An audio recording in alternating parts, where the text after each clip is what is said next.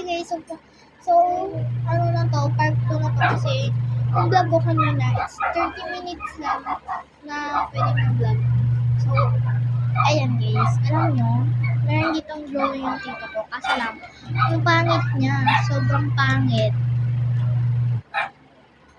Sobrang pangit, auntie.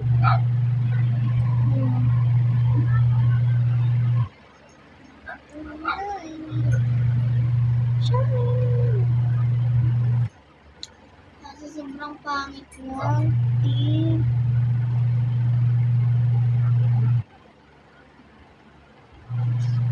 Pero easy pa to sa kanya, auntie.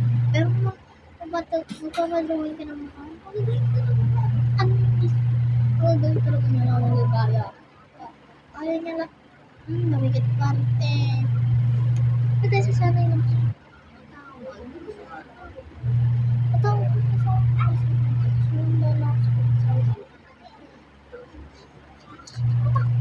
so, ayan. So, kakain na tayo ng pipino. Pipino. Guys, kapag naka-video, ganito po kumain.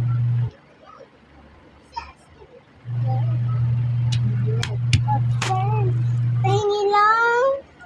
Galap ka yun. Sige nga. Pero sa totoong buhay, ganito talaga kumain. Ganito talaga kumain, guys.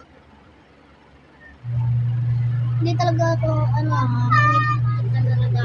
Hindi parang,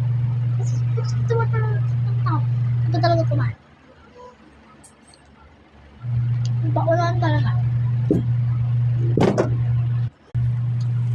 Bakit na yan? Brush ko, drawing ako. Tingnan nyo guys yung drawing na tito ko.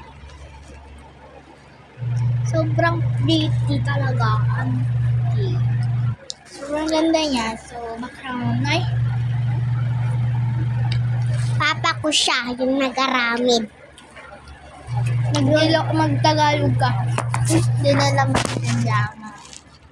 Si Papa ko naggawa yun. Ayan.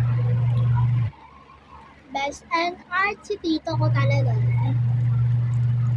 Guys, alam niyo, hindi talaga ganito yung drawing. Hindi talaga. Kaya niya yung face i-drawing. Ang itsura mo. Kung ano yung sinabing tattoo. Ayun. Stop na naman.